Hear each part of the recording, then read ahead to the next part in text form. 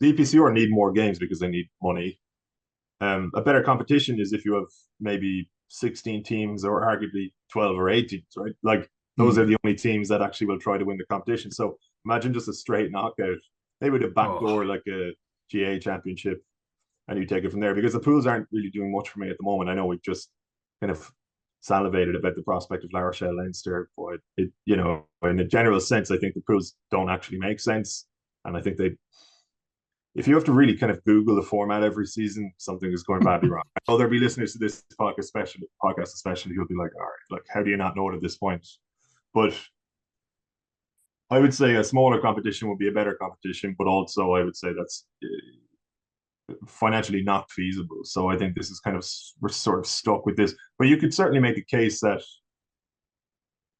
I was going to say maybe you could make the case that the URC takes an extra couple of spots off the Premiership, but then you're talking about URC teams who haven't even made the playoffs, which feels again a little bit hollow, doesn't it?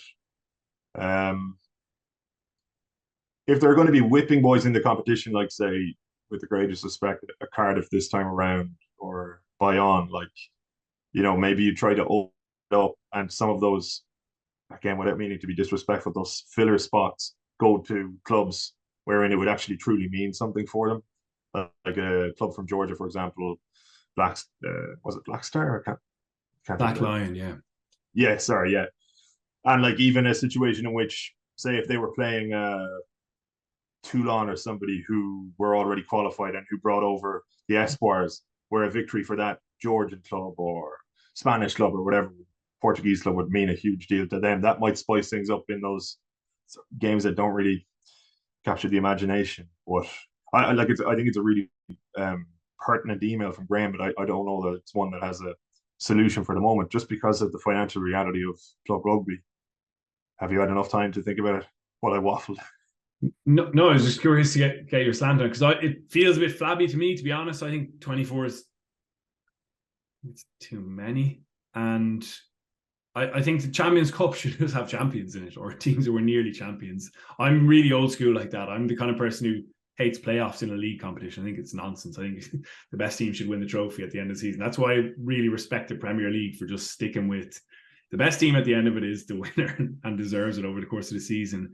And a Champions Cup for me should just include sides who have champion qualities, and there shouldn't be any filler, there shouldn't be any hammerings, there shouldn't be any whipping boys. But that's not a realistic viewpoint, as you so rightly say. It's a financial thing, and you're trying to compare it to other competitions in other sports, even, and there has to be enough fixtures to make the money back. Even you look at the Champions League in football, the pool. I know this season has been really entertaining in lots of regards, mainly because of Man United.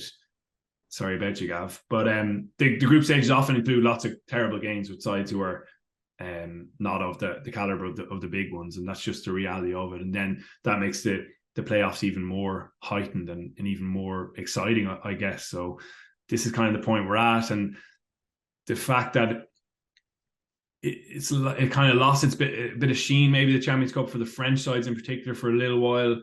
You'd worry that if you're kind of excluding more of them, then they'll completely be disinterested or maybe even tear away from it. But even though we've had so much upheaval in this, I still feel like this kind of European club game with South Africa now involved, there's still a bit of settling in to do. The English clubs are obviously, or the RFU rather, was kind of pushing the British and Irish thing again recently, and maybe some of them would be integrated into the URC, but then that just becomes Champions Cup without the French, essentially. So it still feels like there's a bit of water to pass under this bridge. I don't know what way it's going to go, and I think fans would just be so dismayed at any more upheaval. But I don't think everyone's happy with where the Champions Cup is. I think not everyone's happy with the format even still now, and it doesn't feel perfect either. And so I think there may be at some stage in the next 5-10 years there may even be more change ahead. There's also the World Club Cup idea that continues to be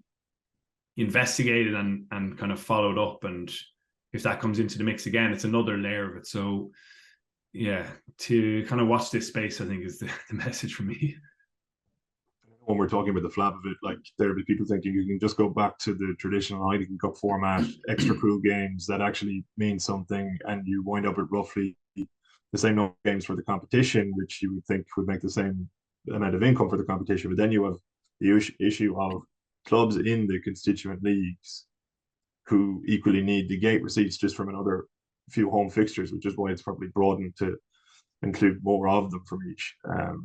Like there are a lot of moving parts in the talks behind the scenes. It's not the case that the EPCR can just release a diktat. Like ultimately, it's only as good as the sum of its parts, or only as important as the sum of its parts. And its parts want a part of the action, at least in financial terms, or want a chance to be in it to again bring bums through the turnstiles, put them in seats, even if it doesn't really translate to them trying to win the competition. That's a big inherent flaw in it, really.